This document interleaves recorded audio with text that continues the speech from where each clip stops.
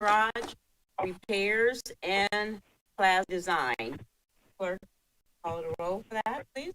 Yes, ma'am. Mrs. Chilton, Dr. Estron, Here. Mr. O'Neill, Here. Mr. Rue, Here. Mr. Copeland. Thank you. So we'll turn it over to our city manager. Yes, Commission. Tonight we have one work session item, and it's to talk about the Plaza is what we titled it, but it's looking at a larger repair of the City Hall parking garage, but complementing that, a redesign or reimagination of the area. Back in 2018, we knew some structural issues that we had to address as it relates to the parking garage. So this building and most of the subsequent concrete acts like a roof and serves as a roof over a parking garage. There are some structural issues specifically around the expansion joint and the membrane associated that has about a 25-year lifespan when it was put in, and we are in year 40 plus now. And so there's some work that has to be done. At time when we were looking at that, it made sense to us, I guess my personal view, but my view of the Plaza is it's become a sea of concrete, and it's not a soft, inviting space and like it once was, and we have a lot of issues with concrete and so forth. And so if we're going to be doing this major project that would be tearing up sections of the Plaza, this was the opportunity to look at kind of a reinvention or a reimagination of the place. And so we conducted several focus groups with the public in 2019, working with a consultant, Moda 4. And from that, we continued working with Desmond, who we originally had reached out to, relates to the parking garage, and asked them to kind of combine that Plaza concept with the parking garage repairs. And so that's what you're going to hear as we look at both the needed repairs for the parking garage, but how we envision going forward with the Plaza itself. And so tonight, there are going to be some specifics about the parking garage repairs, and then they're going to provide some conceptual around a reinvention of the Plaza space itself. So with that, and tonight we have with us Leslie McDermott from our staff, our service director, and then we have our consultants, and I know I'm going to butcher these last names, apologize for that, but Ed DiTullio with Desmond, Dave Guapone, D2 Planning and Design, and Kevin Parzak, I believe from G. So with that, I'm going to turn it over to Ed and his team, and they're going to walk us through the presentation. Hello, can you hear me okay? Yes. Okay, thank you. That was a good job on my end, by the way. His audio is off, please.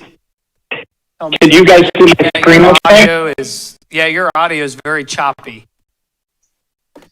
Okay, unfortunately, I have it on my computer. On my phone. Let me try this. Can you hear me better now? Yes. Yes, it's not as choppy. Okay, I'm on my phone and my laptop in the hotel room in Dayton. Okay. I'll be brief, and then Dave, hopefully he has a better connection than I do. Thank you, Ed. Brian did a good job of introducing how we got to this point. What I would like to do, we've been introduced. This is the design team. I'd like to flip into the screen here and show some photos of the parking garage. Let me scroll here. Here's the existing conditions of the parking garage, which is below the Plaza level. The Plaza itself acts as a roof over top of this. My first photo here is of kind of, it shows an overall the retaining walls, the beams. You could see a lot of retaining from leaking from the Plaza above. the plaza structure is concrete with a waterproofing membrane. The waterproofing membrane appears to have failed at the expansion joint, and most likely at least some of the retaining walls. So in order to the concrete can be fixed down in the parking lot, and I have a couple of pictures of that. But to stop the problem, an ongoing maintenance problem that would result from continual leaking, we need to repair the waterproofing membrane on the plaza level. So that's got to doing the work on the plaza as well at the same time, hand in hand. Let me put to the next photo here, another beam. You can see the cracking in the beam from the origin of the embedded reinforcing steel. The concrete lodged and eventually will fall on potentially cars or people or something. It's a hazard. But this is clearly leaking, causing an expansion joint in the plaza above. Here it is, and in the retaining wall. You get fluorescence leaking through the white staining. Obviously, lots of water went through the wall. This is at an expansion joint where the expansion joint meets the wall. So that's the main concern that we have in the parking garage is all due to leaking at the expansion joints. Beams, the slab soffit, the walls, the columns. The overwhelming majority of the deterioration down there is leaking through these expansion joints, and that's why we propose to fix the waterproofing at the expansion joints on the plaza, and then fix the concrete down below in the garage. They have a nice long lifespan of that, typically 20-year warranty, and a useful life of maybe even longer than that. With that, I will mute myself and turn it over to Dave.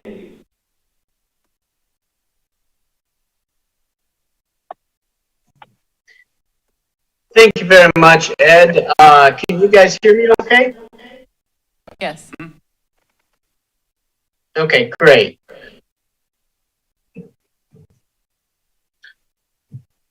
So first, I tell you exactly what I'm going to be going over.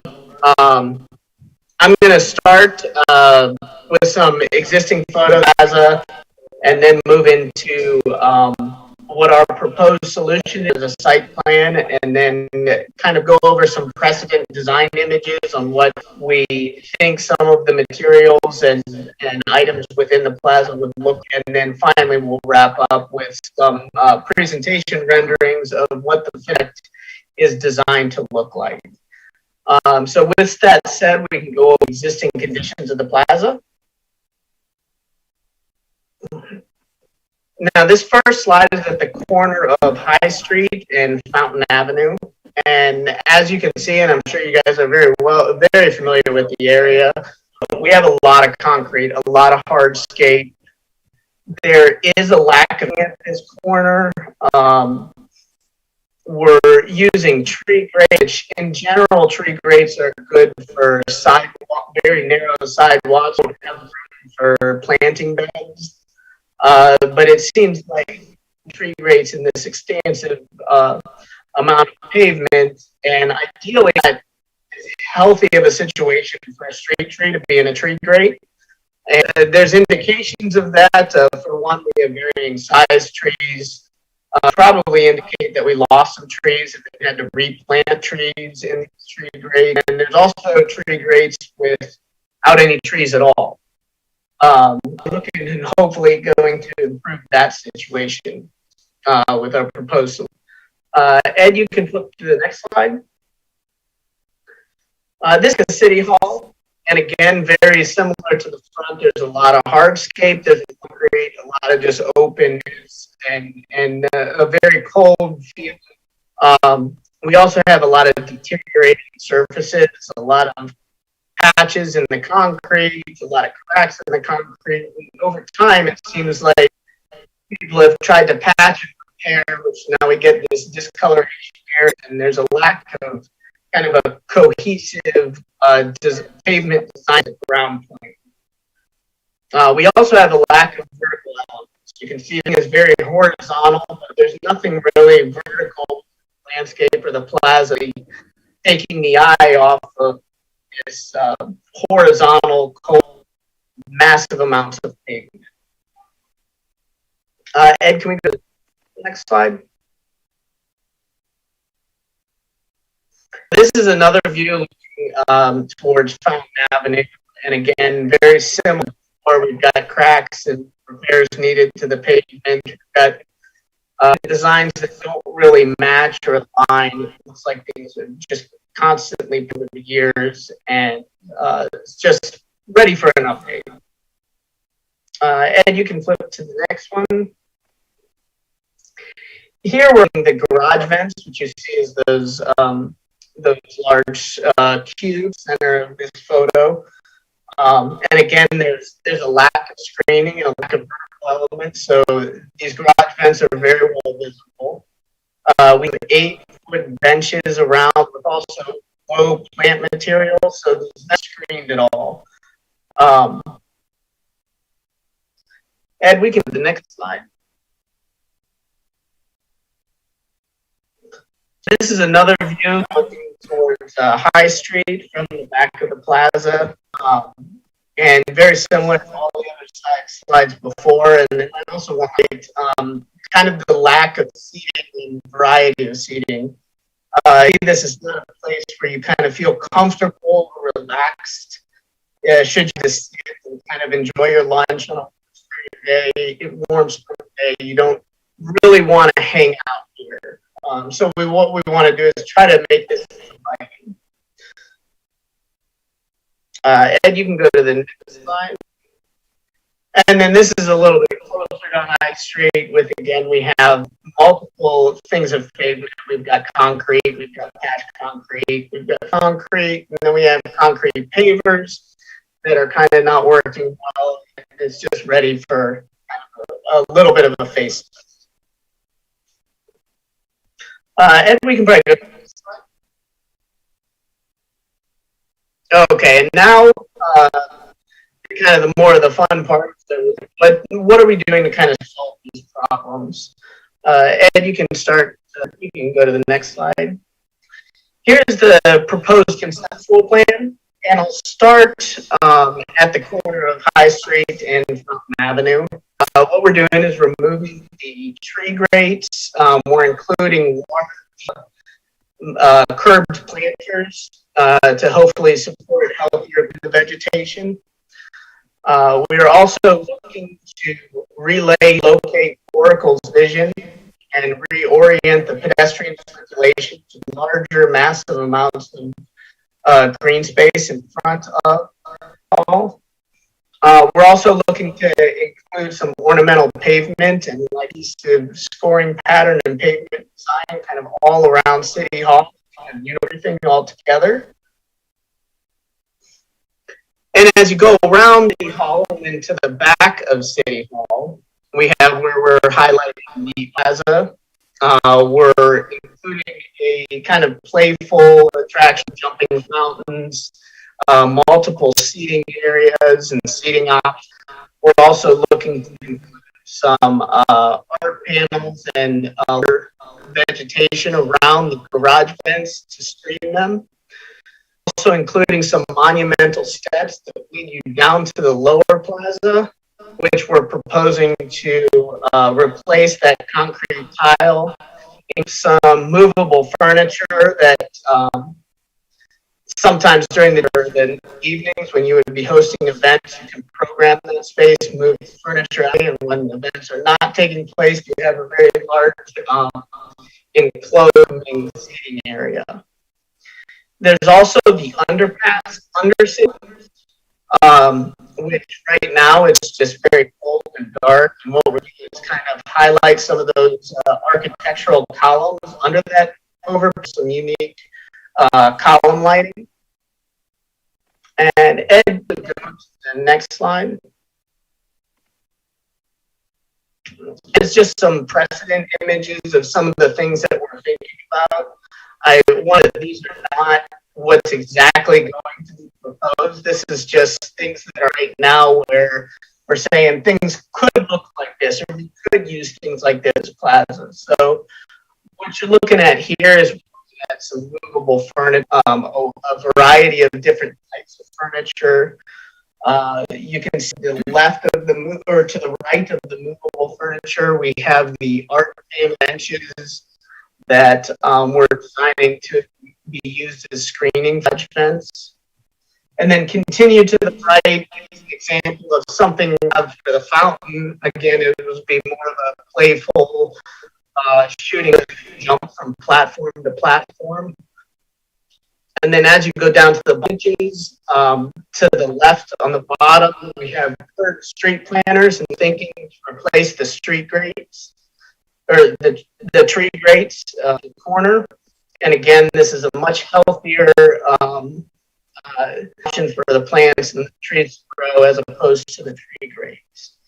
And then again, I want to reiterate that we want multiple options of seating. So we're looking for thick as well as the movable furniture, which those can come in forms of blocks and stair design and just general bench and things of that nature. And we can go to the next page. We also want to include a variety of lighting and kind of lighting plans. So starting with the top right, we want to make sure that we highlight our pathways to make it comfortable, safe, and welcoming at night within the plaza. We also want to include landscape light and some pedestrian pole lighting, just to make sure, again, everything is well lit. And on the bottom right is examples of column light. You can program these lights to be different colors depending on the season. For example, we can highlight those columns in Christmas colors during Christmas, or maybe at the 4th of July, they can be red, white, blue, and we can kind of program depending on what's going on within the seasons. And you can go to the next slide. This is a perspective rendering of what we're looking at. It's transformed the back upper plaza. So you can see that we're screening the garage from all views. We're including a lot more vegetation, a lot more of a variety of different seating. In the center of the image, we're showing those mountains from platform to platform. And we're also including it as a cohesive and comprehensive ground plane pattern, pavement pattern design. Ed, and this is a perspective rendering of front of the city hall, where again we relocated origin and reoriented some of the planting beds to include larger, massive planting. We included large trees, a variety of different seating options, curbed planters on the street in lieu of the tree grates, and then also updating the pavement patterns and pavement at the ground plane. With that said, I know I covered. I'll welcome any kind of questions, comments, concerns, clarification.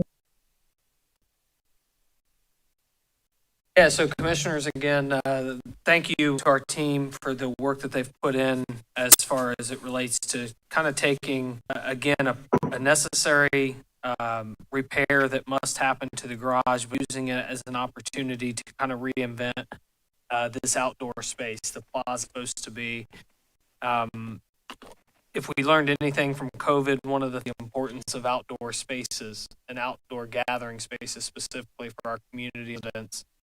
And so taking this as a reimagination of the plaza and make a more inviting, while also green space in terms of planting and grasses and trees and so forth, we just believe is an opportunity when we're going to be working and tearing up the plaza. Let's take this as a way to reinvent that space. So if there's questions, we'd be glad to answer.